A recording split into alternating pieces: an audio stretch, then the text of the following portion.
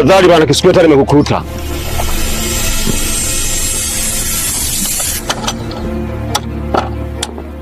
Wewe unafunga unaenda wapi mapema hivi?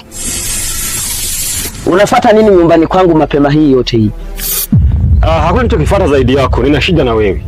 Bwana Kisweta, naomba tuzungumze. Shida gani? Hebu ongea haraka haraka bwana. Kwani haujui mimi kama ni msaidizi wa mwenyekiti? Sikiliza bwana. Mimi nawahi kupanga vitu kwenye mkutano. Ndio Kisweta najua. Lakini nikwambie kitu.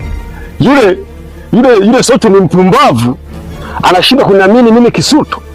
Wakati kama nimetoa taarifa muhimu kuhusu mpenzi wake Gift. Kwani huyo Gift amefanya nini?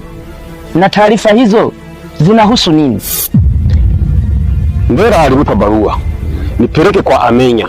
Lakini kabla sijapeleka hiyo barua nikaona kwa nipelekee hizi taarifa Soti. Lakini baadaye Soti akanipuuza. Hata hivyo nani ataamini taarifa zako? Hata mtoto mdogo anajua kabisa wewe ni mumbea. Hebu kwanza toka nyumbani kwangu, umenipotezea muda. Maajabu ya Musa. Na wewe Kisweta uniamini? Basi ngoja nipeleke hii barua. Ila nikwambie tu, kamwambie Soti nipe hizi taarifa. Mimi baadaye tuzidi karumia mimi na yeye. Ila nina imani pale nikifika nitapokelewa na Mbera atamuoa Gift bila shida kabisa. Hebu kwenda huko. Umbea utakupeleka wapi? Hebu tafuta kazi za kufanya.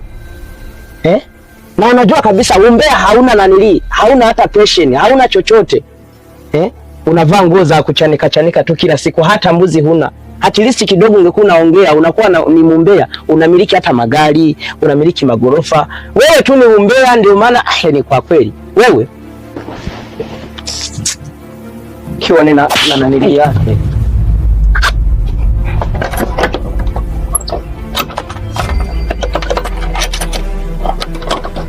Maana sikuamini siku hizo umeshakuwa jambazi mkubwa.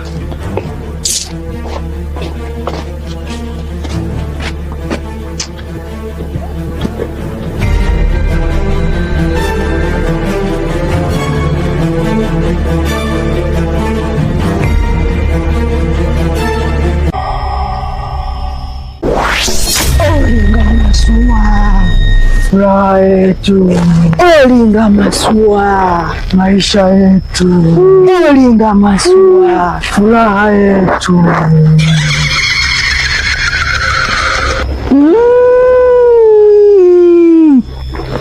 Amaka, hakika ninafurahi sio na kifani kuona jambo letu limekwenda kama tulivyotarajia. Amenya, hata mimi nina furaha sana. Hakika najivunia kuwa mwanachama wa mizimu ya Olinga Masua.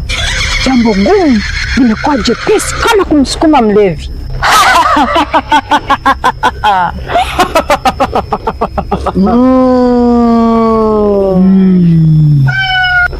Tayari tumeshawapatanisha mapema sana mipango tarehe ya ndoa ili tuweze kutoa sadaka yetu kabla Malkia wa mizimu ya Olinga Masua hajakasirika.